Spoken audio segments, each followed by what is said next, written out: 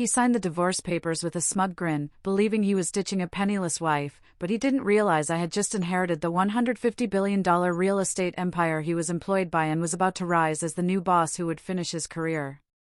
Imagine sitting in a sterile, gray room, watching the man you spent 7 years building a life with, smugly sign papers to discard you, completely oblivious that you hold the power to unleash an absolute hellstorm on his entire world. That's exactly where I found myself, just days after my own mother's funeral. My name is Violet Moore, and that day in downtown Chicago, under the relentless hum of fluorescent lights and the drumming October rain, silence felt like the loudest sound in the universe. It was the sound of my life fracturing into two distinct timelines. There was the timeline Ethan thought we were in, one where he was the rising star, finally liberating himself from his deadweight wife. And then there was the timeline we were actually in. The one contained within the cream-colored, wax-sealed envelope resting under my cold hands, still faintly smelling of my mother. I was 34, but in that moment, I felt ancient. The room smelled of wet wool and stale coffee, a miserable setting for an ending, but perhaps fitting. Across the polished mahogany table sat my husband, Ethan Caldwell. He was 37, impeccably dressed, his navy suit tailored to perfection. He wore his ambition like a second skin. He checked his heavy chronometer, a watch that cost more than my first car, and sighed dramatically, a sound designed to tell everyone his time was money, and we were currently over budget. "Let's just get this done," Ethan said, his voice smooth, practiced, the same tone he used to close deals on luxury condos. He picked up the pen without hesitation, without a glance at me.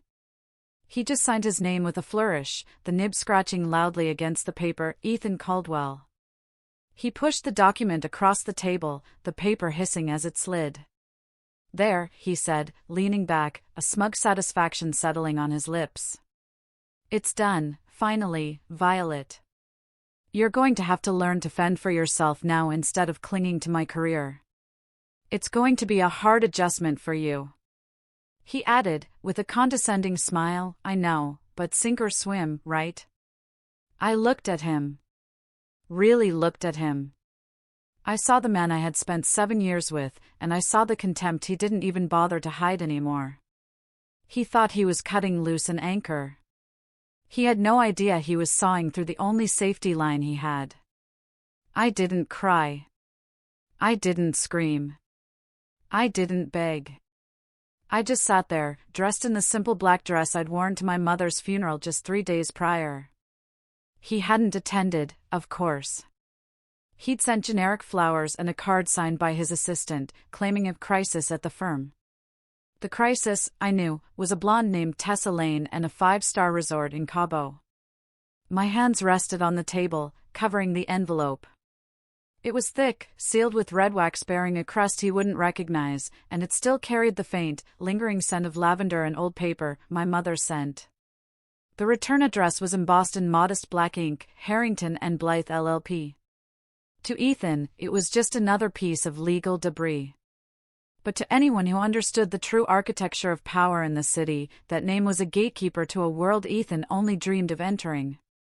Judge Marlene Keats, a woman with steel gray hair and eyes that had seen too many broken promises to be surprised by anything, adjusted her glasses.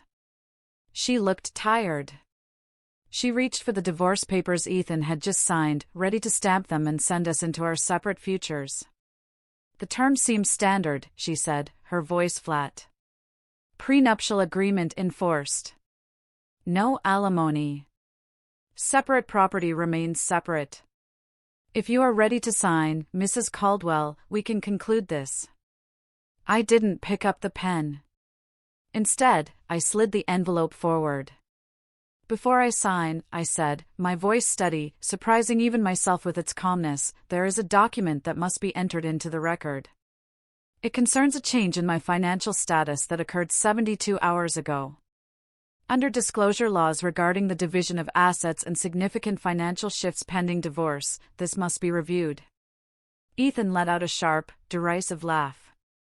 He picked up his phone, his thumbs flying across the screen. I knew who he was texting. He was probably telling Tessa I was dragging my feet, trying to squeeze a few last pennies out of him before he jetted off to paradise. Oh, come on, Violet, Ethan sneered, not looking up. What is it? Did your mother leave you her antique thimbles? Or maybe that old sedan? Just keep it. I don't want anything from your side of the family. I just want out.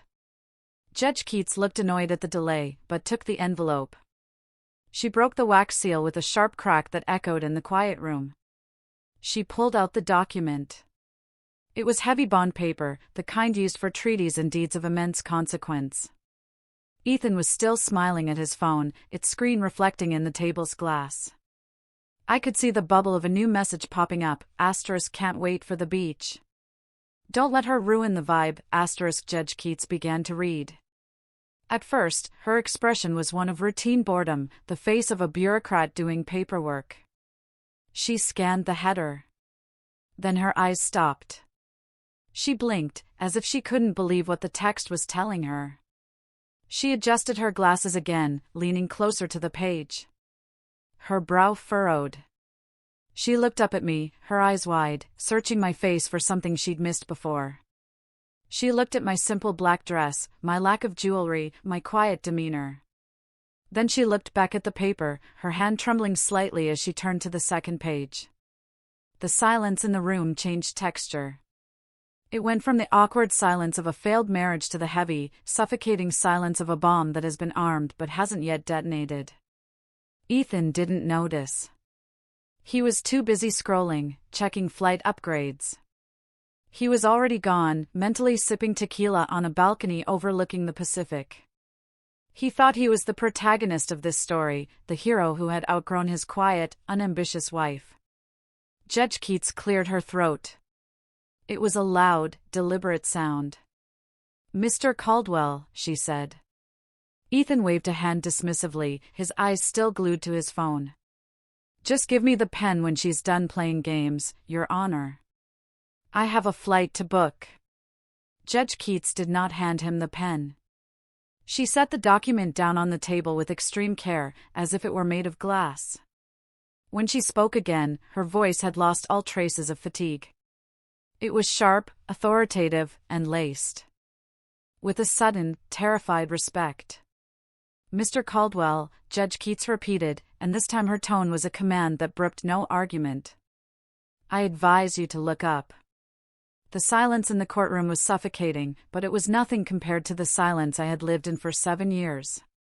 People assume that marriages end with a bang, with shattered plates and screaming matches that wake the neighbors. But ours didn't die that way. It died by 1,000 tiny cuts, inflicted so slowly and methodically that I barely noticed I was bleeding out until I was already dry. As I watched Ethan tap his foot impatiently, my mind drifted back to the beginning. We met when he was just a junior associate, hungry and charming, and I was, in his eyes, a blank canvas. Over the last 7 years, as he climbed the ladder at Westbridge Meridian, he became convinced that he was the artist and I was his creation. He believed he had painted a life for me, one where I was the quiet, supportive accessory to his grand ambition. He hated my job at the Lakeview Civic Studio. To him, working at a community art center wasn't a career, it was an indulgence. He called it quaint.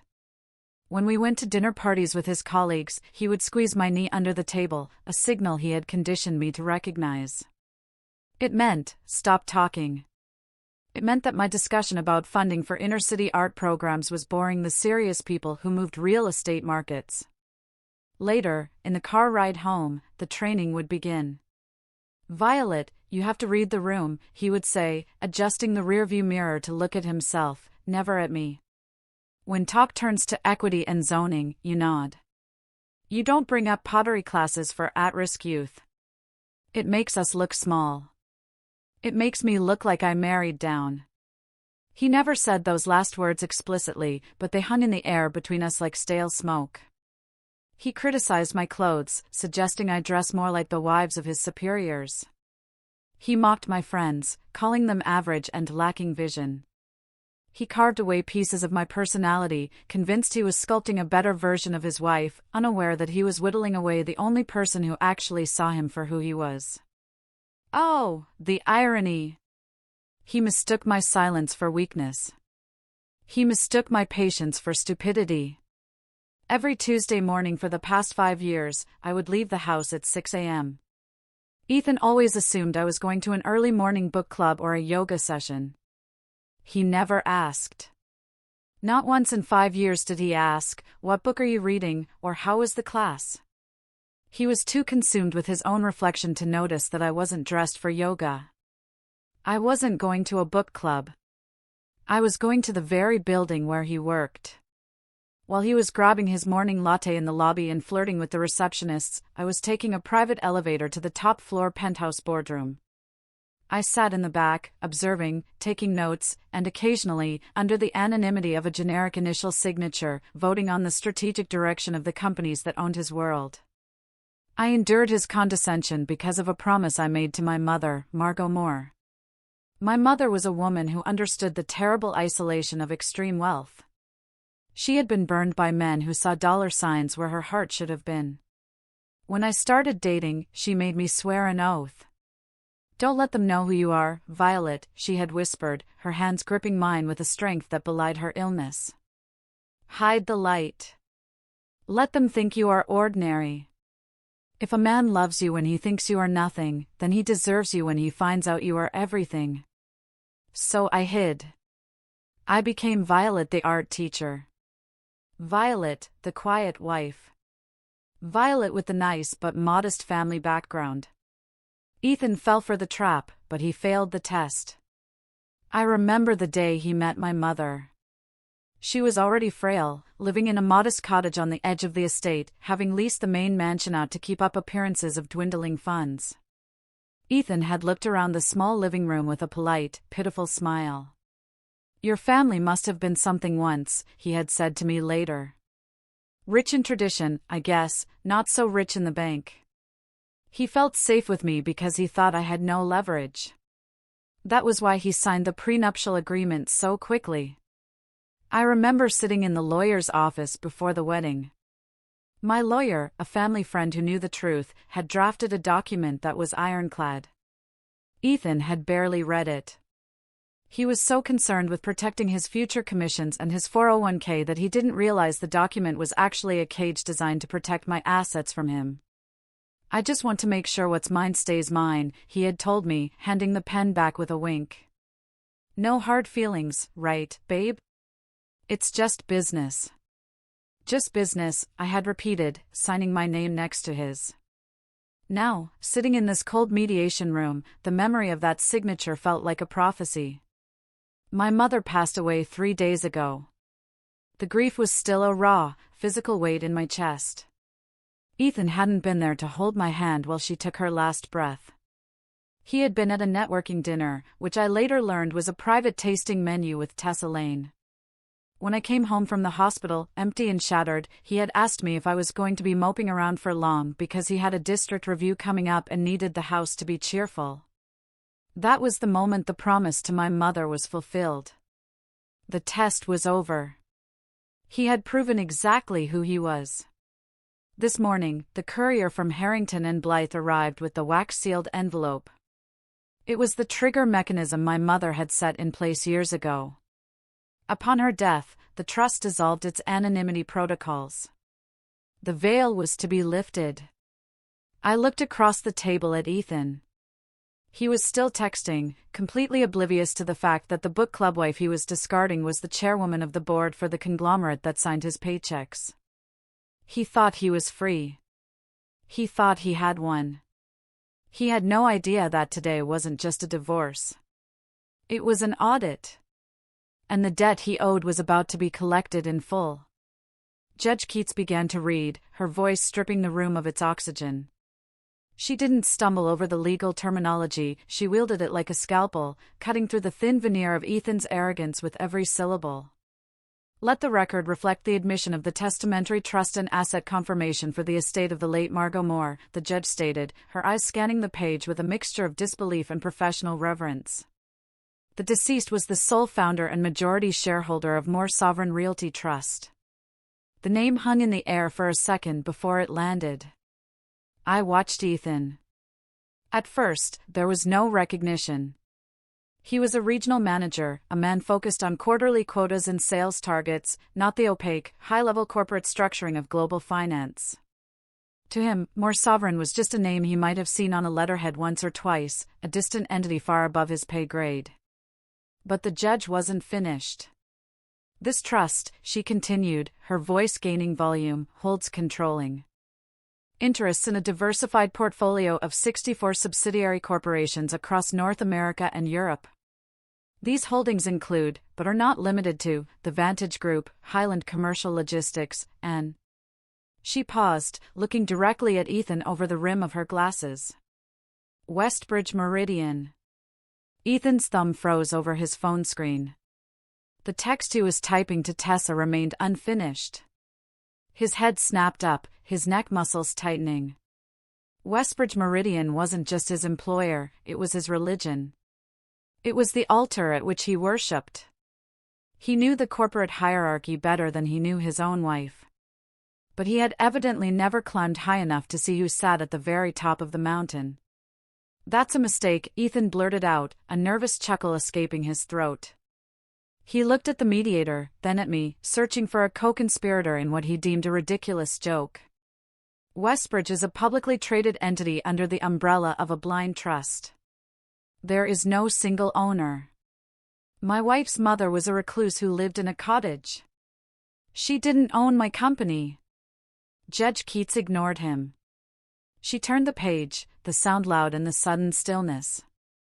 According to the valuation audit completed by Deloitte and verified by the Securities and Exchange Commission, the total asset valuation of the More Sovereign Realty Trust is approximately $150 billion.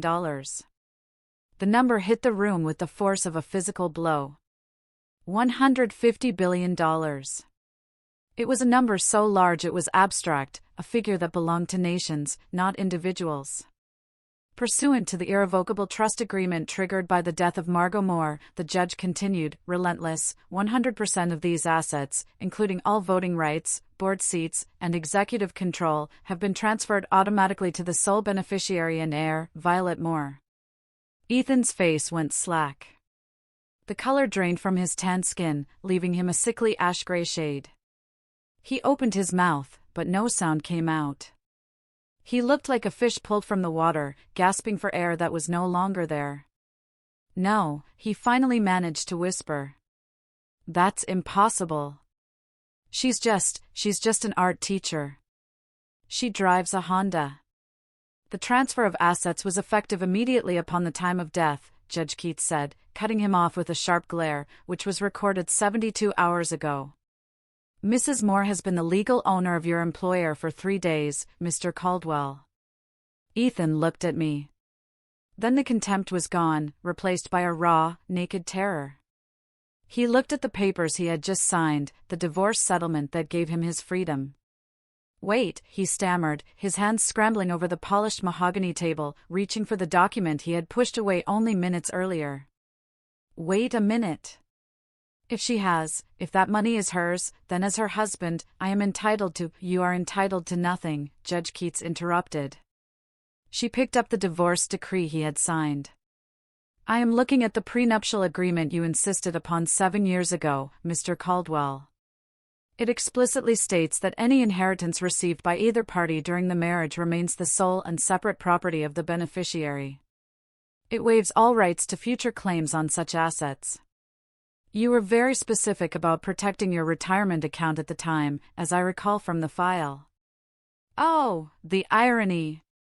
It was a tightening noose.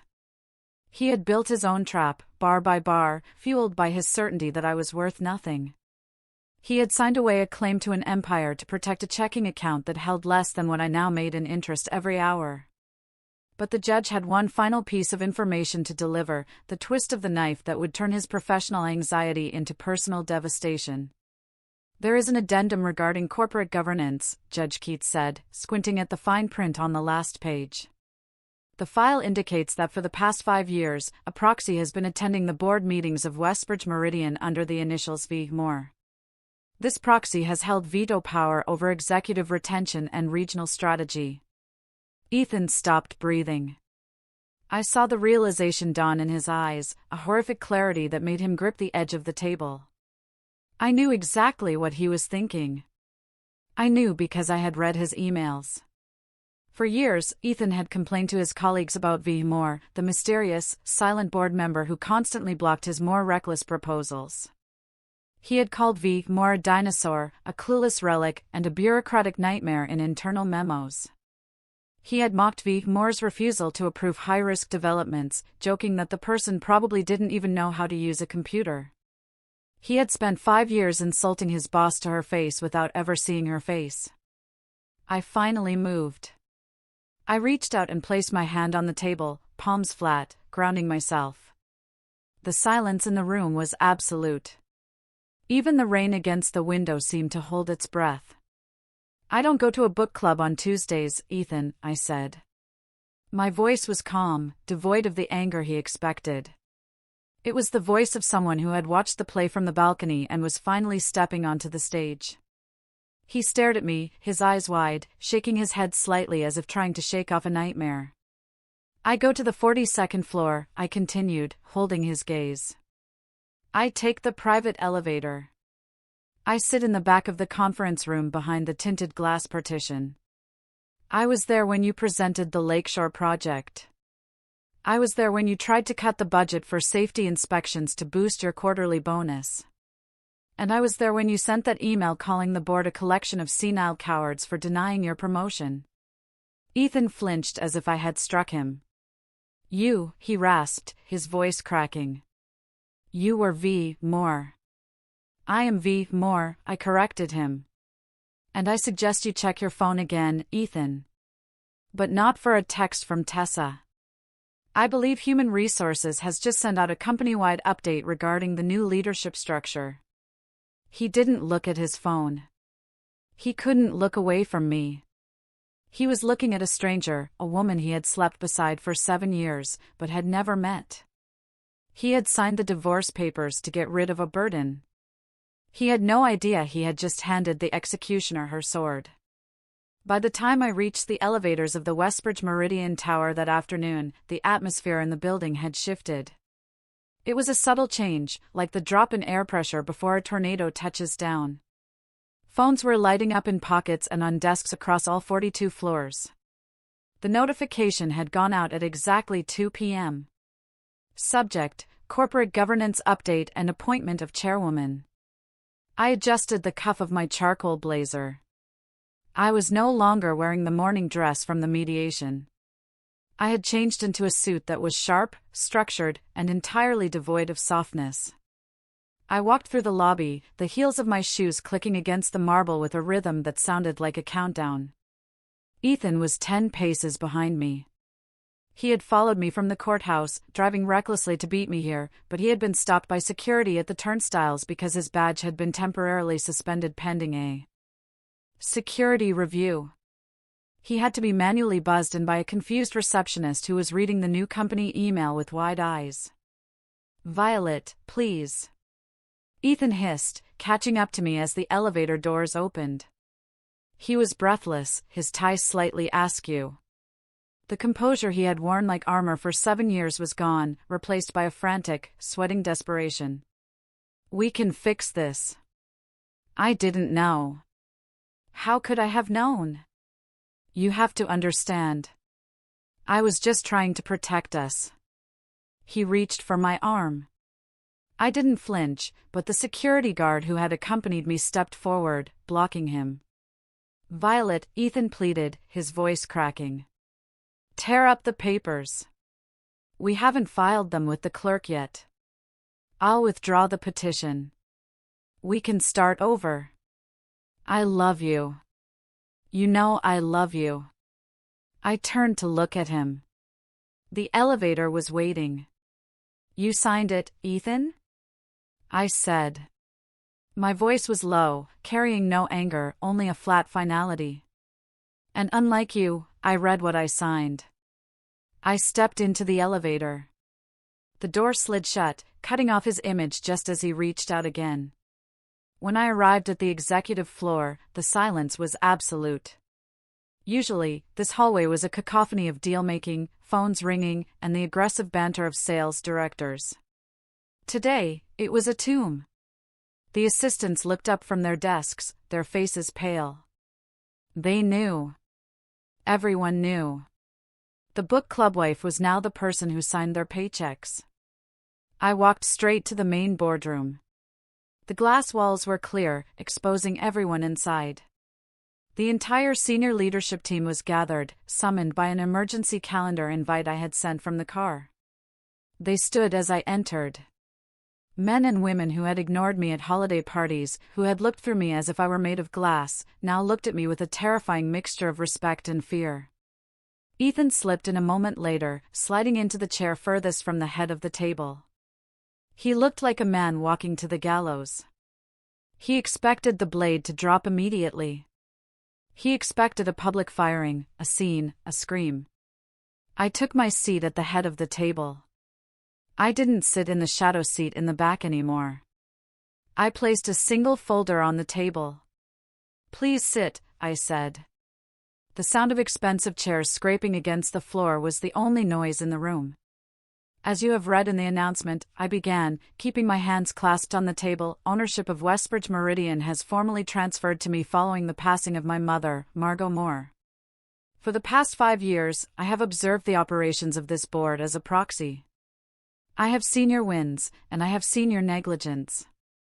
I let my eyes sweep the room, resting briefly on Ethan. He flinched. "There will be changes," I continued. "But today is not about termination. It is about transparency." Ethan exhaled. I saw his shoulders drop. He thought he was safe. He thought I was too weak to fire him, or perhaps too sentimental. He miscalculated. Firing him would be a mercy. I had no intention of being merciful. "Effective immediately," I said, "I have authorized an independent external audit of all personnel files, promotion tracks, and bonus structures over the last 7 years. We will be reviewing the merit of every executive advancement to ensure it aligns with the ethical standards of the Moore Sovereign Trust." The room went rigid. Ethan's relief evaporated. An audit was worse than a firing. A firing was a clean break. An audit was an autopsy while the patient was still alive. "If your performance is genuine," I said, my eyes locking on Ethan's, "you have nothing to fear. But if your position was built on inflated metrics or stolen intellectual property, we will find out." I dismissed the meeting. As the executives filed out, rushing to their offices to scrub their hard drives or call their lawyers, Ethan lingered. He approached me, trying to summon a ghost of his old charm. "That was professional, Violet," he said, testing the waters. "Look, I know things are tense, but I'm glad you're not doing anything rash. My numbers are good. You know, I'm the top earner in the Midwest region. Once you see the reports, you'll see I'm an asset." He was already rewriting reality in his head. He truly believed he could charm his way out of this. "Go to your desk, Ethan," I said, not looking up from my folder. He hesitated, then nodded and walked out. He thought he had bought time. He had not. 10 minutes later, as I sat in the CEO's office, a room my mother had never used, my tablet pinged with a notification from the IT department. They were monitoring Ethan's terminal, as I had requested. He had just received an email. It wasn't from me. It was from the newly formed Ethics and Compliance Committee. Subject: Notice of Formal Inquiry. Mr. Caldwell, you are required to present yourself for a preliminary interview regarding discrepancies in the third quarter fiscal reporting. Please bring all documentation regarding the Riverside Development Project. I watched the security feed on my monitor. Ethan stared at his screen. He slumped forward, burying his face in his hands. The Riverside project was his pride and joy, the deal that had won him his biggest bonus last year. It was also a deal built on a lie about zoning permits that I had flagged as More 2 years ago, a flag that had been mysteriously overwritten. My phone buzzed on the mahogany desk. It was a message from an unknown number, but the context made the sender obvious. *Hi Violet, it's Tessa. I know things are crazy right now, but I feel like there's been a huge misunderstanding. I didn't know the full situation with Ethan. I'd love to buy you a coffee and explain my side. I think we can help each other. Can I meet Violet? I stared at the screen. She wasn't texting to apologize. She was texting to pivot. She had realized Ethan was a sinking ship, and she was trying to secure a lifeboat on the vessel that had just rammed him. She wanted to trade information for immunity. I didn't reply. I took a screenshot and forwarded it to the legal team to add to the file. I turned back to the documents Marissa, my lawyer, had prepared. We were looking for the pattern. I knew Ethan was mediocre. I knew he was lazy. Yet, for 7 years, he had failed upward. Every time he missed a target, the target was adjusted retroactively. Every time he insulted a client, the client was transferred to a junior associate to smooth things over. I pulled up a personnel file from 3 years ago. It was a disciplinary hearing regarding sexual harassment allegations against Ethan by a former secretary. The complaint had been dismissed due to lack of evidence, and the secretary had been paid a settlement to leave quietly. I looked at the signature on the authorization form that cleared him. It wasn't the HR director. It was a digital approval code from the finance department. I frowned. Why would finance be clearing a harassment claim? I dug deeper, tracing the authorization codes on his bonus checks. They all led back to the same approval node. Someone high up in the financial structure of Westbridge Meridian had been manually overriding the system to protect Ethan. He wasn't just lucky, I whispered to the empty room. He was a pet project. I highlighted the ID code of the approver. It belonged to the regional CFO's office. Ethan wasn't just a cheating husband. He was a symptom of a much larger rot within the company, and whoever had been shielding him was about to realize that their human shield had just become a liability. I picked up the phone and dialed the head of the forensic accounting team. Start with the Riverside project, I said. And then find out who authorized the settlement for the secretary in 2022. I want a name by the morning. The game had just expanded. Ethan was merely the cracked window. I was about to find the rot in the foundation. The forensic audit didn't take place in the glass-walled boardroom where power was displayed. It happened in a windowless, temperature-controlled server room on the 12th floor, a space that hummed with the sound of cooling fans and the invisible flow of data. I had hired a boutique firm, distinct from the company's usual auditors, to ensure there were no existing loyalties to the management team. I gave them a single instruction: follow the paper trail, no matter where it leads. I sat with the lead investigator, a man named Kieran, who spoke in code and looked at spreadsheets the way a painter looks at a canvas. We were 3 hours into the review of Ethan's digital footprint. We're seeing a pattern in the timestamp of his strategic proposals, Kieran said, pulling up a split screen on the monitor. On the left is his sent folder. On the right, I've correlated the metadata with the login times from your home IP address. I leaned in. The screen displayed a memo Ethan had sent to the Vice President of Operations 4 years ago. The subject line was the Green Corridor Initiative, a new approach to suburban zoning. A cold shiver, completely unrelated to the air conditioning, ran down my spine. I knew that title. I hadn't just heard it, I had invented it. It was a concept I had developed for a theoretical grant proposal at the Civic Studio. I remembered sketching the diagrams on our kitchen island one rainy Sunday while Ethan watched football in the next room. I had explained the density bonuses to him over dinner, excited about the potential for mixed-use community spaces. He had nodded, looking bored, and told me it sounded cute but impractical. The timestamp on the email was 8 a.m. the following Monday morning. I read the text. It was my idea, not just the broad strokes, but the specific phrasing. He had stolen my intellect, stripped it of my name, and sold it to the company as his own genius. He had built his reputation as a visionary on the back of the wife he called simple. Keep digging, I said, my voice tight.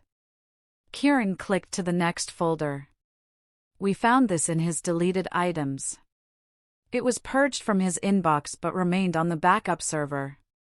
It was an email chain from last year, addressed to the chief operating officer. The subject line was streamlining the board. I read Ethan's words, *, the biggest obstacle to our agility is the legacy voting block. We have dead weight at the top. Specifically, the proxy voting under V more consistently blocks high-yield risks. We need to find a way to remove these legacy members who are out of touch with modern reality, *. I stared at the screen. Ethan had actively campaigned to fire me. He had written a formal proposal to oust the deadweight without ever realizing that the weight he was trying to cut was the woman sleeping next to him. He had called me out of touch in the same week he had asked me to proofread his quarterly review because his grammar was atrocious. I stood up, needing to pace. The betrayal was absolute. It wasn't just the infidelity with Tessa. It was a systematic erasure of my existence. He had used me as a resource while treating me as a liability. Save everything, I ordered, every draft, every deleted message. I want a timeline of every idea he claimed was his. I left the server room and headed to the legal department. I had brought in my personal counsel, Marissa Vaughn. Marissa was sharp, ruthless, and the only person outside of my mother who knew the full extent of the trust's power. She was set up in a temporary office, surrounded by stacks of files. "We have a problem," Marissa said the moment I walked in. She didn't waste time with pleasantries. She slid a document across the desk. It was a formal grievance filed with Human Resources. "He beat us to the punch," Marissa said. "Ethan filed this at 8 a.m., right before you walked into the boardroom. He's accusing you of a conflict of interest, creating a hostile work environment, and using corporate resources for a personal vendetta against an estranged spouse." I picked up the document. It was well written, using buzzwords that triggered automatic protective clauses in the company bylaws: retaliation, unethical surveillance, abuse of power. "He's trying to freeze you out," Marissa explained. "By filing this, he triggers a mandatory freeze on any disciplinary action against him until the grievance is investigated. If you fire him now, he sues for wrongful termination and claims it was retaliation for the divorce. He's building a shield." "He didn't write this," I said, dropping the paper. "Ethan doesn't know the employee handbook this well. Someone coached him." "Exactly," Marissa said. "He has an ally. Someone high up who knows how to weaponize the bureaucracy. If we fire him, we look like the villains. We need to dismantle his protection before we can touch him." I walked to the window, looking out at the Chicago skyline. The rain had stopped, but the sky was still the color of a bruise. Ethan thought he had checkmated me.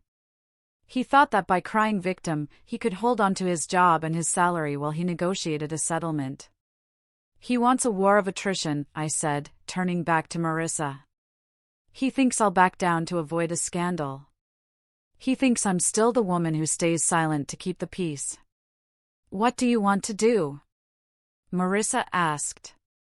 "I want to change the rules of engagement," I said. "If he wants to talk about ethics, let's talk about ethics, but not just his." I sat down at the computer terminal in Marissa's office. "Draft a company-wide memo," I instructed. "We're launching a new initiative today, the Transparency First program. We're opening a third-party, fully encrypted, anonymous whistleblower channel. It will be managed by an external firm, not internal HR. Any employee can report misconduct, fraud, or coercion without fear of retaliation. And I want you to include a personal guarantee from the chairwoman that no report will be ignored." Marissa smiled. A sharp, dangerous expression. "You're going to flood the system." "I'm going to let the dam break," I corrected her. Ethan relied on a culture of silence. He relied on people being too afraid to speak up because they thought he was protected. I was removing the fear. The email went out at 4 p.m. By 4:30, the system had logged 12 reports. Most were minor complaints about overtime or petty theft. But at 5 o'clock, a notification popped up on my secure dashboard. It was a short message sent from a burner device outside the company network. The timestamp showed it was sent from a coffee shop 2 blocks away. I opened the file. The text was sparse, but it carried the weight of a smoking gun. * You are looking at the wrong things. The issue isn't just that Ethan is incompetent. The issue is why he was allowed to be incompetent. If you are investigating Ethan, you need to investigate the person who has been manually fixing his compliance reports for the last 3 years. Check the edit logs for the regional finance director. Ethan is just a puppet. *. I read the message twice. The protector I had suspected in the boardroom was real, and they were terrified enough to point a finger. Or perhaps this was an enemy of the protector seizing the chance to strike. I picked up the phone to call Kieran back in the server room. New search parameter, I said. Forget Ethan's outbox. I want you to pull the access logs for the regional finance director. I want to know every single time they accessed Ethan Caldwell's personnel file. The game had just expanded. The walls of Ethan's office were closing in. It was a physical sensation, a tightening of the air that made it difficult for him to breathe. He sat hunched over his laptop, the glow of the screen illuminating the sweat beading on his forehead. The transparency first memo had terrified him, but the silence from the executive suite was worse. He knew they were watching. He did what desperate men always do. He tried to burn the bridge he was standing on while building a raft to the next one. He had a flash drive plugged into the side of his computer. His fingers moved frantically, dragging and dropping folders, the Green Corridor Initiative, the Riverside zoning maps, the suburban density models. He told himself these were his. He had presented them. He had accepted the applause for them. The fact that the initial concepts had been sketched by Violet on napkins, or discussed over dinners where he barely listened, was a detail he had conveniently edited out of his memory. To him, they were his intellectual property, and he was not going to leave them behind for his vindictive ex-wife. He held his phone to his ear, his voice dropped to a conspiratorial whisper. I can bring the entire Midwest strategy with me, Ethan said, staring at the progress bar on the screen. I'm talking about a book of business worth $40 million a year. But I need a signing bonus that reflects that risk, and I need a start date of Monday.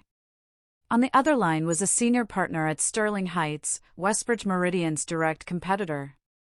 The man sounded interested but cautious. We heard rumors of a shakeup over there, Ethan. Is this related to the ownership change? The ownership change is a disaster, Ethan lied smoothly. The new leadership is incompetent. I'm getting out before the ship sinks, and I'm bringing the lifeboats with me. He hung up, feeling a surge of adrenaline. He pocketed the flash drive. He felt smart again. He felt like he was back in control. Later that evening, he met Tessa at a dimly lit wine bar in the West Loop. He expected comfort. He expected her to be outraged on his behalf.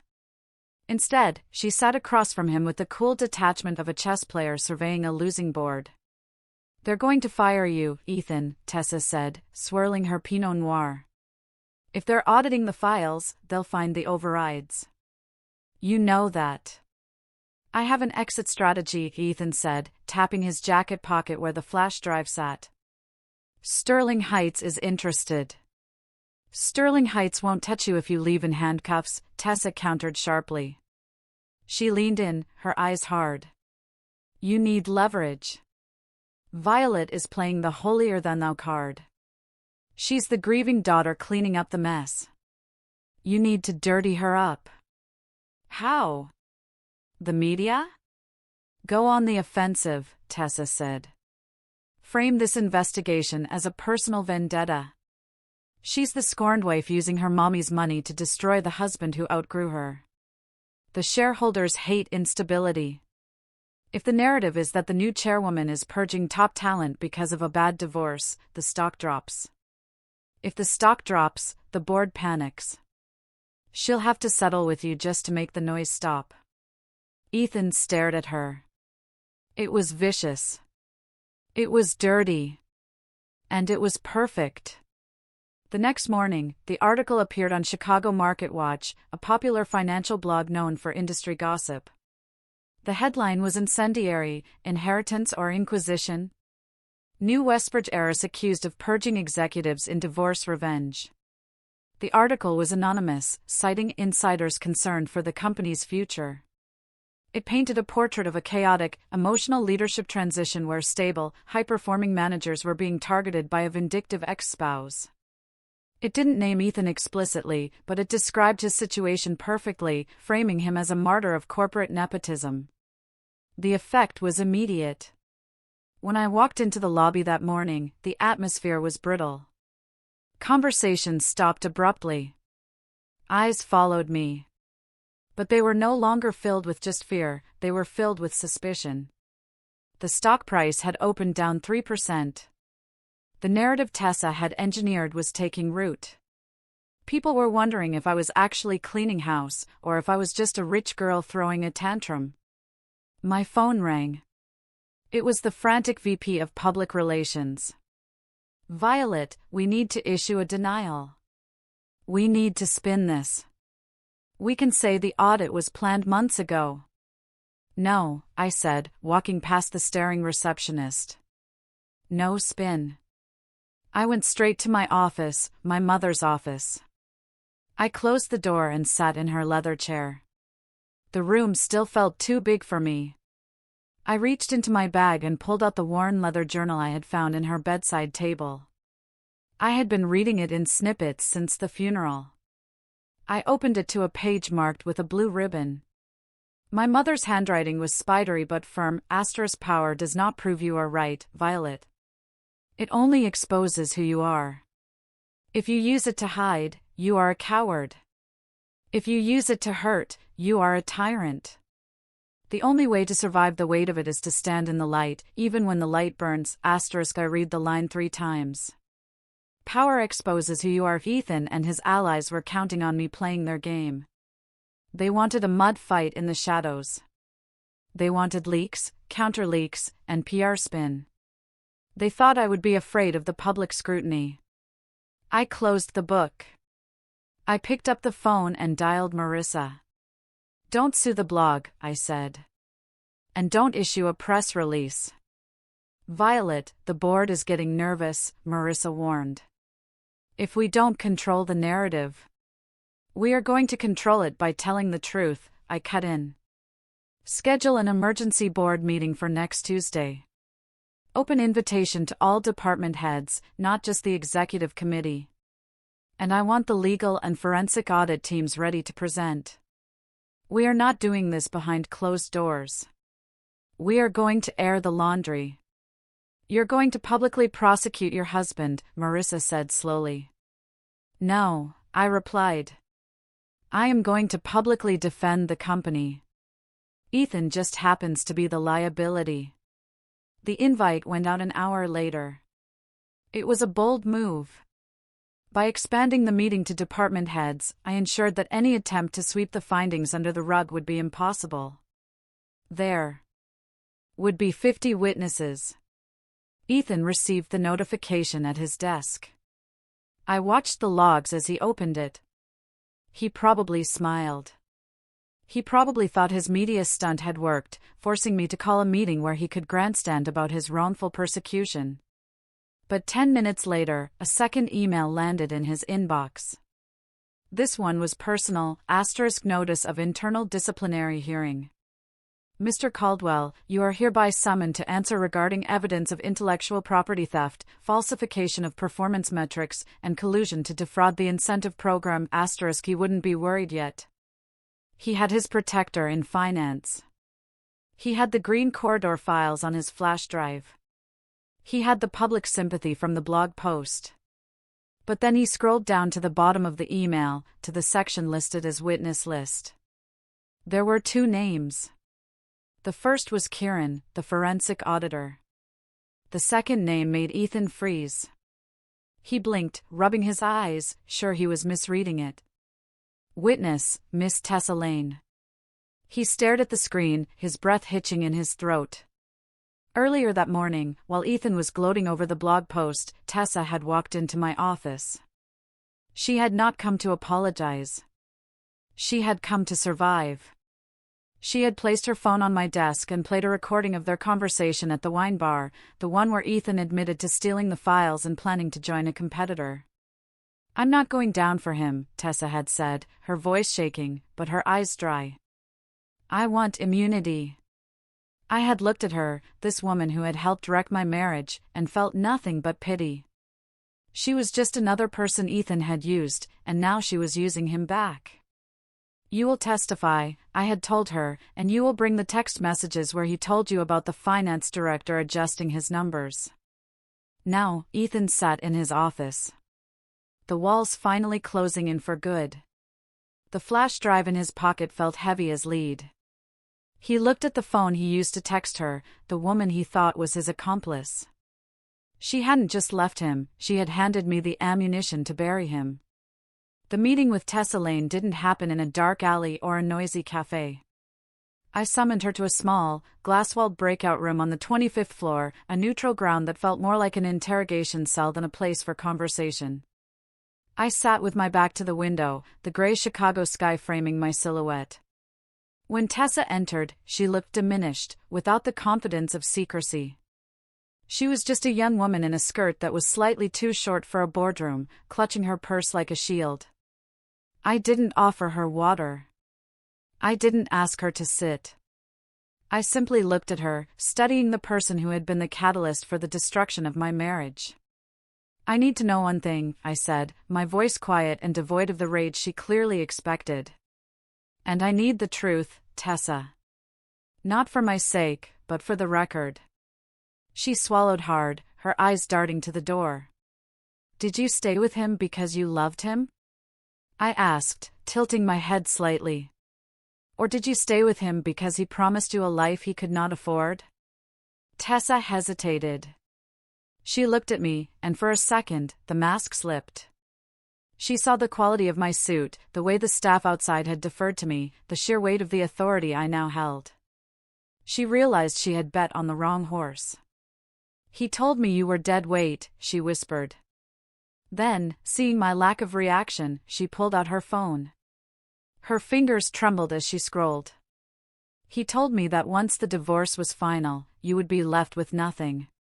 He said his lawyers had found a loophole in the prenuptial agreement.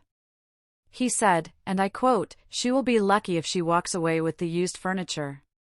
She turned the screen toward me. There it was, in a blue text bubble, dated 3 weeks ago, *, "Don't worry about money, babe. Once I sign those papers, she's history.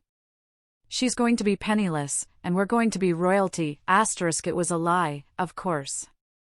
Ethan had never found a loophole. He was just posturing, feeding her a fantasy to keep her interested while he used my credit cards to pay for their dinners. But the lie revealed something crucial for my legal team: malicious intent. He wasn't just falling out of love, he was actively plotting my financial ruin while I was nursing my dying mother. "Send that to me," I said, extending my hand. "And send the rest of the thread." "If I give you this," Tessa said, her voice shaking, "you promised." "I promised that if you cooperated, the company would not pursue you for aiding in corporate espionage regarding the files he stole," I clarified. "That offer stands." "Send it." She forwarded the messages. I watched the notification appear on my phone. I didn't feel triumph. I felt a cold, clinical satisfaction. This was not just evidence of an affair, it was evidence of character. And in the corporate world, character was a metric we could quantify. I walked the evidence down the hall to the legal department. I didn't throw the phone. I didn't scream. I handed the device to the head of compliance with the same detachment I would use to hand over a quarterly expense report. "Load this into the investigation file," I instructed. "It establishes a pattern of deceit that extends beyond his professional conduct. It speaks to his credibility." The lawyer nodded, sensing the shift. This was no longer a domestic dispute spilling into the office. This was a systematic dismantling of a liability. While legal processed the texts, the forensic audit team was unearthing the mechanical workings of Ethan's rise. Kieran, the lead auditor, called me into the conference room later that afternoon. He had projected a spreadsheet onto the main screen. It was a grid of numbers, dense and boring to the untrained eye. But to Kieran, it was a crime scene. "We found the mechanism," Kieran said, pointing to a column marked occupancy retention rates. "Ethan has been hitting his key performance indicators for 12 consecutive quarters. That is statistically improbable for the markets he manages." So, we dug into the raw data. He clicked a button, and the numbers shifted. He was moving tenants, Kieran explained. In the system, he would log a lease renewal 2 weeks before the actual contract was signed. He was pulling future revenue into the current quarter to hit his bonus threshold. Then, in the next quarter, he would scramble to fill the hole he created, usually by offering unauthorized discounts to new tenants to sign quickly. He was robbing Peter to pay Paul, and he was taking a commission on both ends. "Who approved the discounts?" I asked, knowing the answer.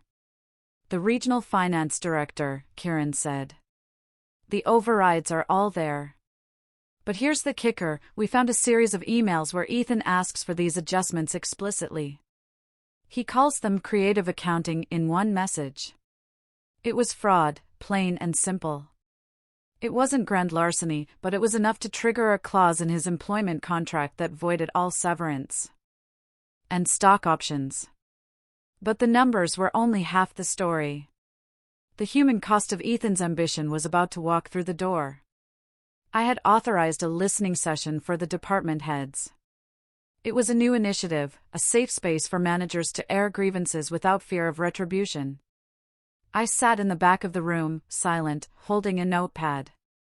The first person to speak was David, a senior architect who had been with the company for 15 years.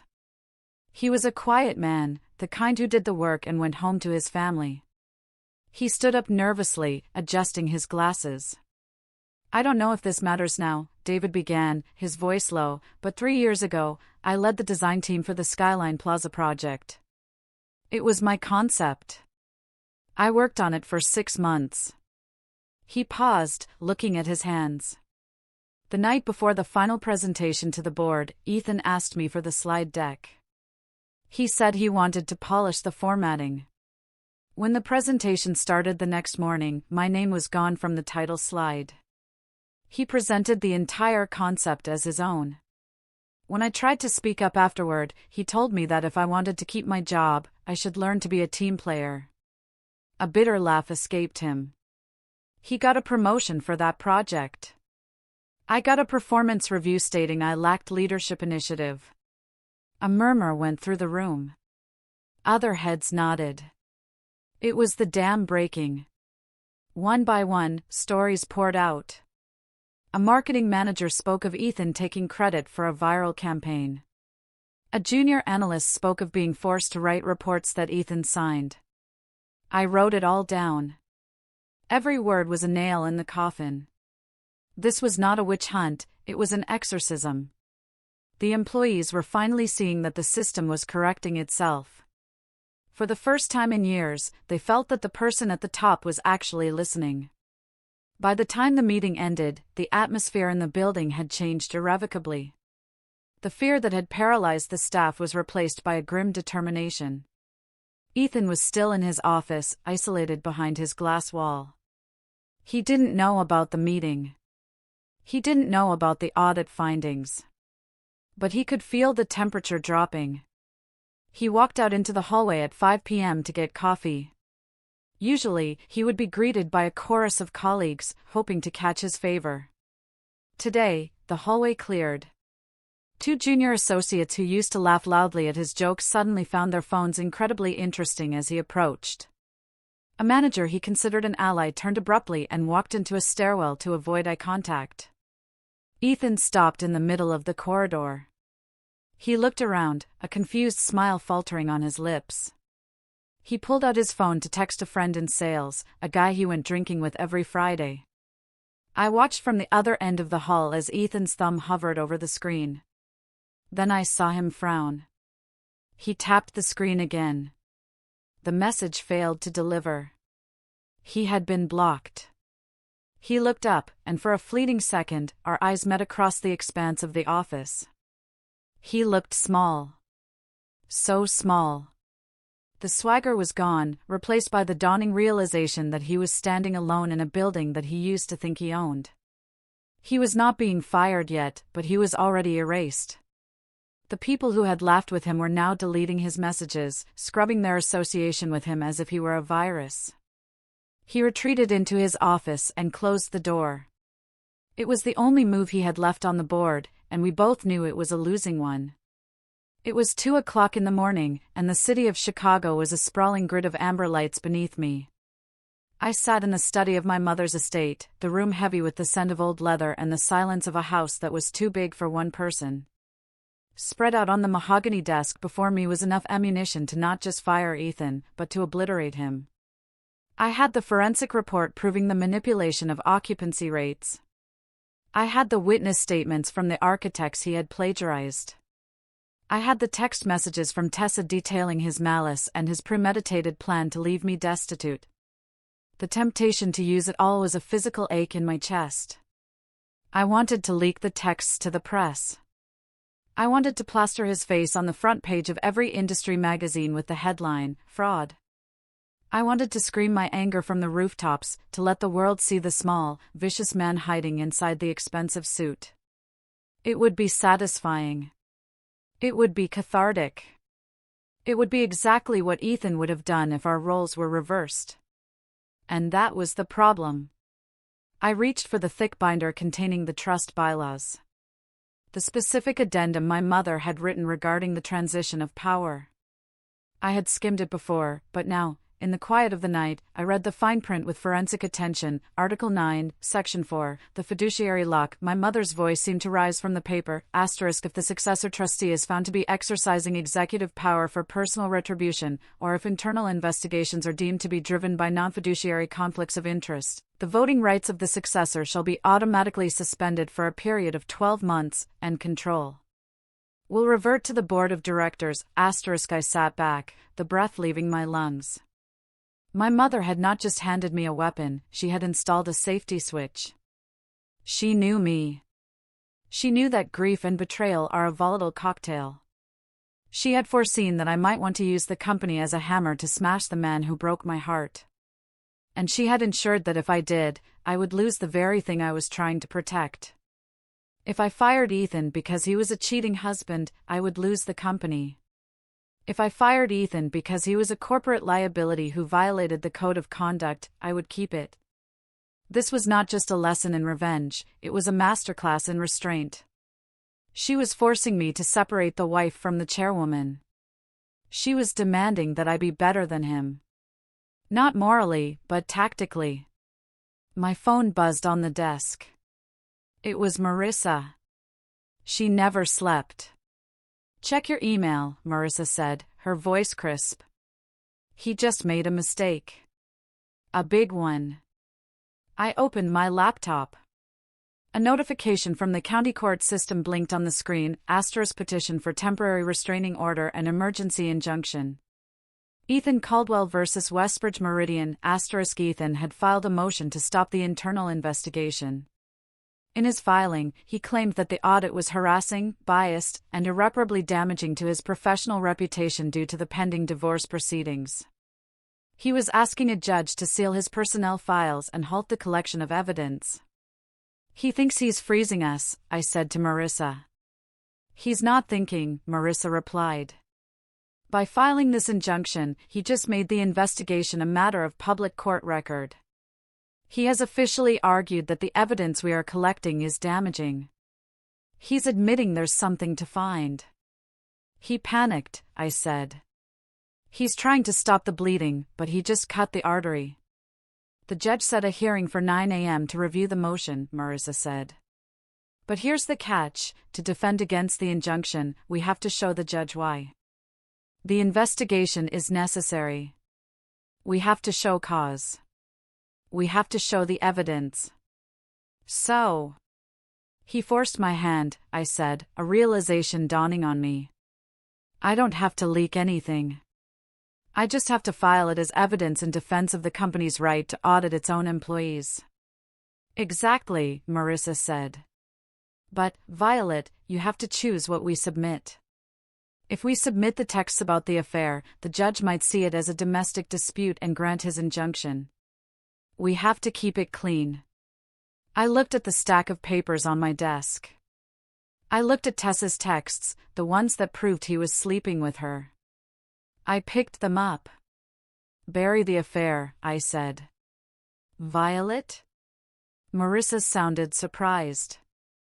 That's the character evidence. No, I said firmly. The affair is messy. It's emotional. It looks like a scorned wife. We don't use the texts to prove he cheated. We use the timestamps. Compare the times he was texting Tessa to the times he billed the company for client dinners. We don't care who he was sleeping with. We care that he charged the company $400 for a steak dinner with a client who doesn't exist. There was a pause on the line, followed by the sound of Marissa typing furiously. That is brilliant, she said. It's embezzlement. It's small, but it's theft, and it's objective. We use the plagiarized emails, I continued, my mind sharpening. We use the altered occupancy reports. We use the witness statements from the staff. We strip away every ounce of emotion. We make him a line item that doesn't balance. I'll have the brief ready by 6, Marissa said. Get some sleep, chairwoman. I didn't sleep. Instead, I pulled out a fresh notepad. I needed to speak to the board after the court hearing. I needed to address the company. The blog post had done its damage. The staff was rattled. They needed to know that this wasn't a purge. I wrote the first line, "We do not punish because we are angry." I crossed it out. Too defensive. I started again, *justice is not about the severity of the consequence. It is about the integrity of the process. We are not here to settle scores. We are here to protect the system that feeds our families. When we allow fraud to exist because it is convenient, we insult every person who plays by the rules. I put the pen down. That was it. It wasn't about Ethan anymore. It was about the architects like David who had their work stolen. It was about the junior analysts who were afraid to speak up.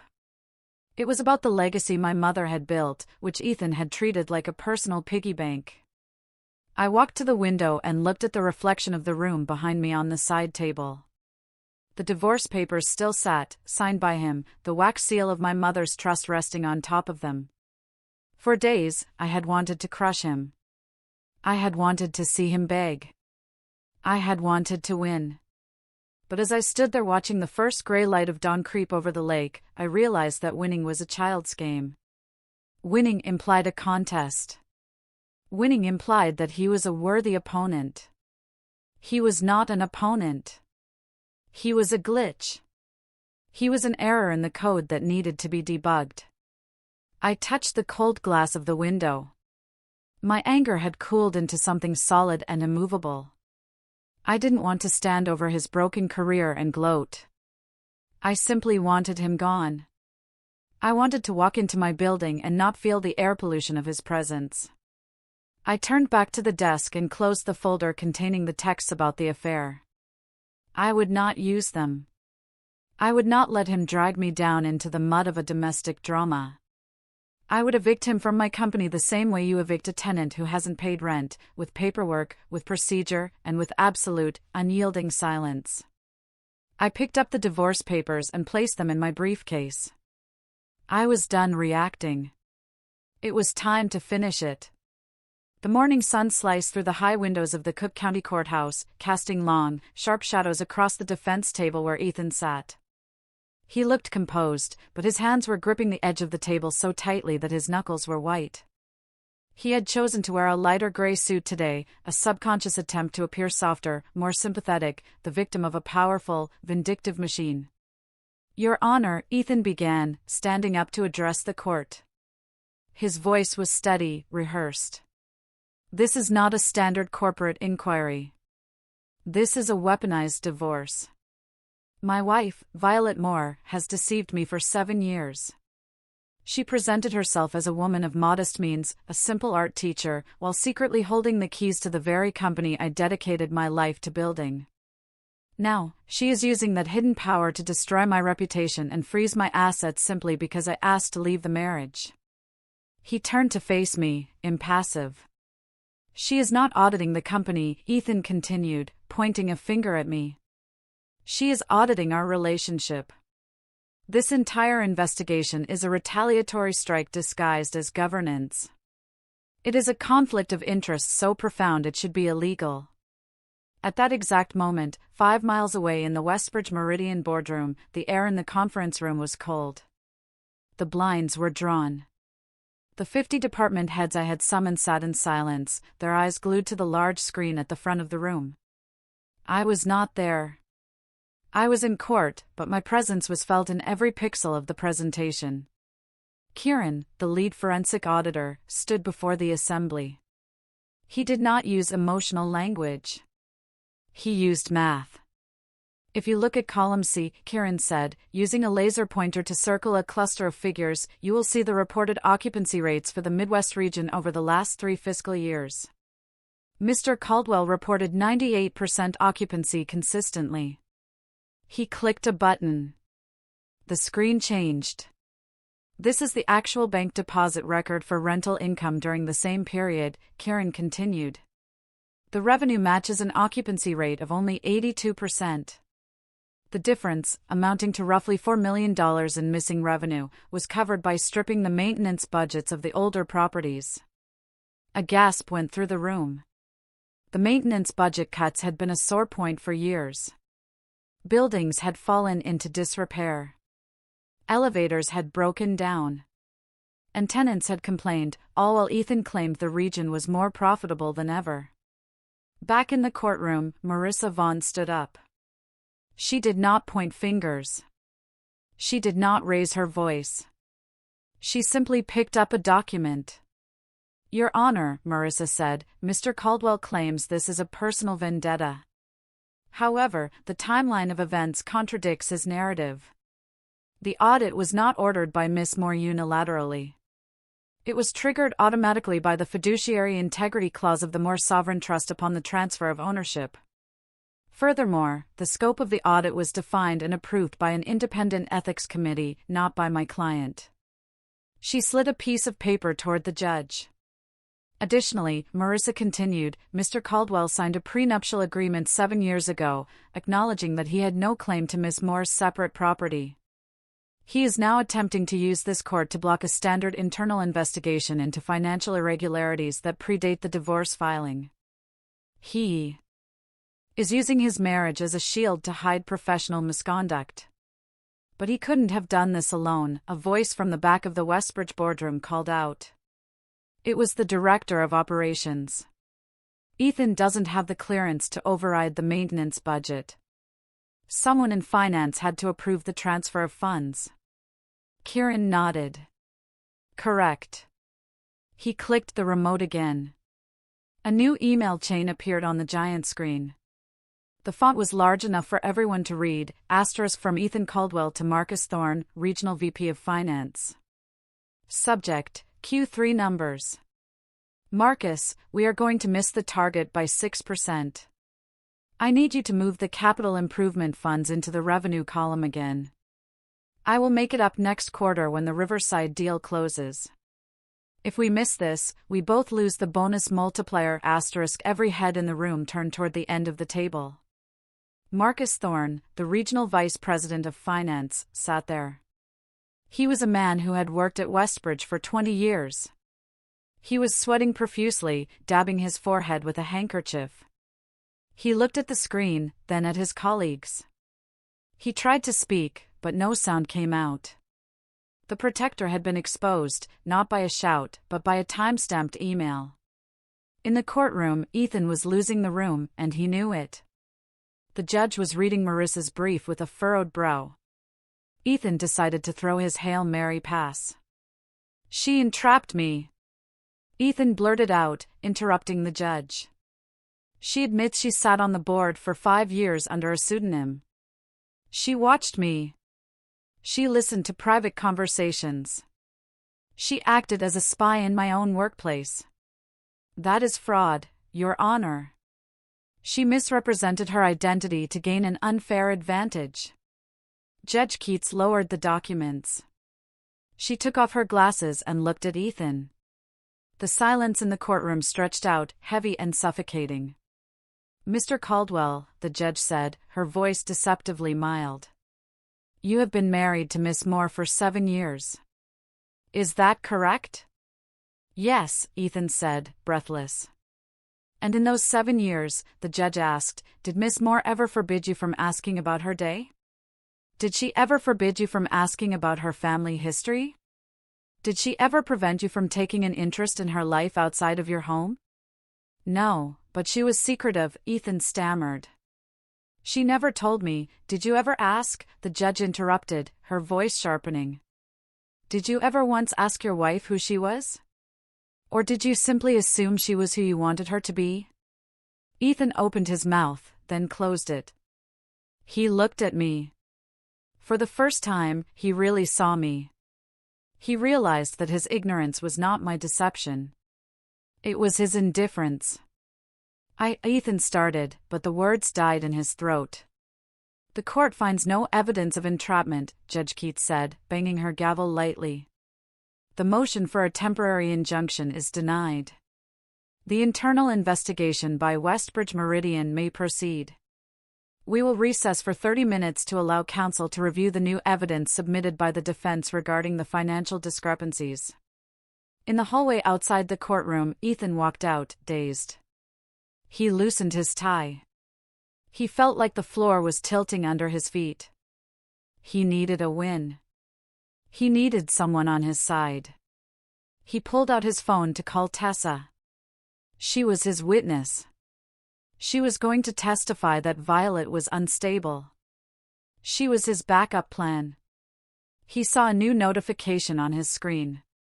It was a text from Tessa. Received 2 minutes ago. He opened it, *I submitted everything to your wife's lawyers. The texts, the recordings, the emails where you talked about hiding assets. I am not going to jail for you, Ethan. Do not call me again, *. Ethan stared at the phone. The screen went dark as the battery saver mode kicked in, leaving him looking at his own reflection in the black glass. He was alone. The audit was happening. The protector was burned. The mistress had flipped. The bailiff opened the door. Mr. Caldwell, they are ready for you. Ethan put the phone in his pocket. It felt like a stone. He turned back toward the courtroom doors, knowing that he wasn't walking back into a fight.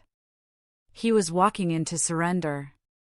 The gavel hit the woodblock with a sound that felt less like a judgment and more like the severing of a lifeline. Divorce decree granted, Judge Keats announced, her voice echoing in the high-ceilinged chamber. The court denies the plaintiff's request for a permanent injunction against the internal audit. Furthermore, based on the trust documents entered into evidence, this court affirms the sole legal authority of Violet Moore over the assets and governance of the Moore Sovereign Realty Trust. Effective immediately. Ethan did not move. He sat frozen at the defense table, the color draining from his face until he looked like a sketch of himself. He had walked into the courthouse hoping to freeze me out, hoping to use the legal system to protect his stolen kingdom. Instead, he had just been handed an eviction notice from his own life.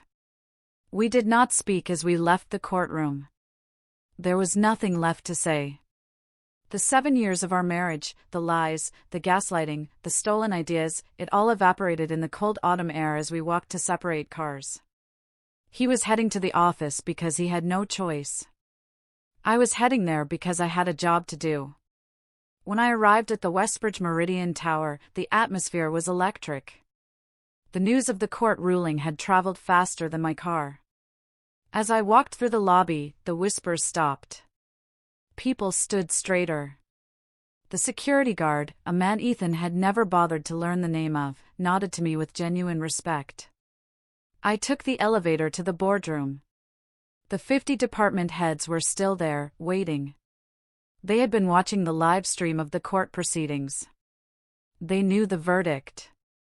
Ethan walked in 5 minutes later. He looked at me, smoothing his hair, but his hands were shaking. He took his seat at the far end of the table, avoiding the eyes of the people he had bullied for a decade. I stood up. I did not raise my voice. I did not need to. "We have heard the evidence," I began, placing my hands on the polished mahogany table. "We have seen the altered occupancy reports. We have seen the emails coercing the finance department to falsify records. And we have heard the testimony of the staff regarding the theft of intellectual property." I looked down at the agenda in front of me.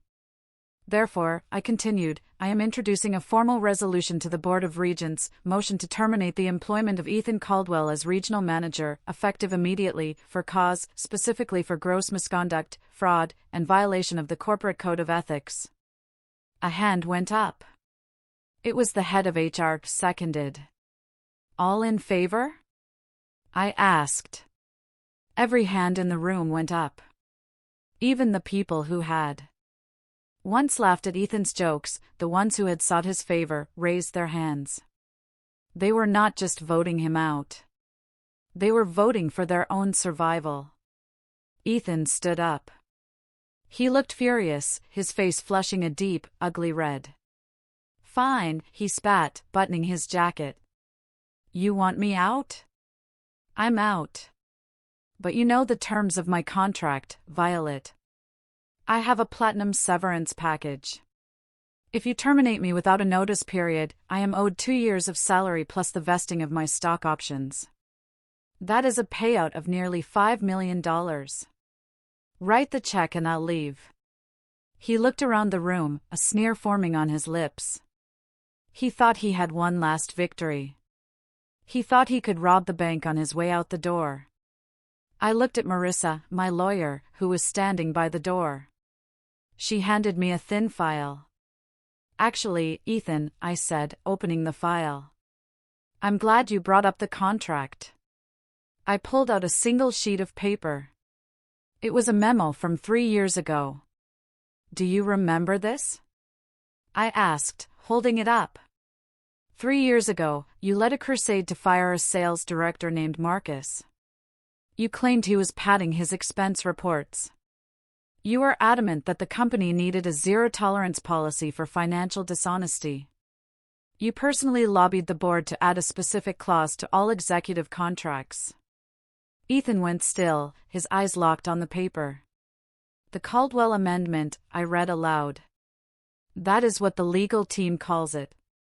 It states that any executive found to have knowingly manipulated financial data to influence their bonus structure forfeits all rights to severance, deferred compensation, and unvested stock options." I placed the paper on the table and slid it toward him. "You signed it, Ethan. You insisted on it because you wanted to make sure Marcus left with nothing. You built the trap that just caught you." The silence in the room was absolute. Ethan stared at his own signature. The $5 million he had been counting on, the money he needed to start over, the money he had promised Tessa, it was gone. He had legislated himself into bankruptcy. He looked up at me, and for the first time, the arrogance shattered completely. Panic, raw and pathetic, took its place. "Violet," he stammered, his voice dropping to a whisper. "Violet, please. You can't do this. I have a mortgage. I have debts. Look, I know I made mistakes. I pushed too hard. I got caught up in the game, but I can fix it. I can apologize to the board. Apologies do not fix systems, Ethan," I cut him off.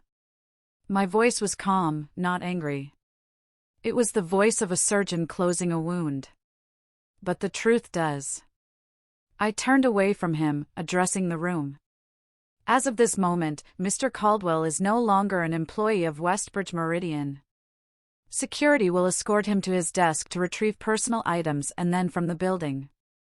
I did not look at him again.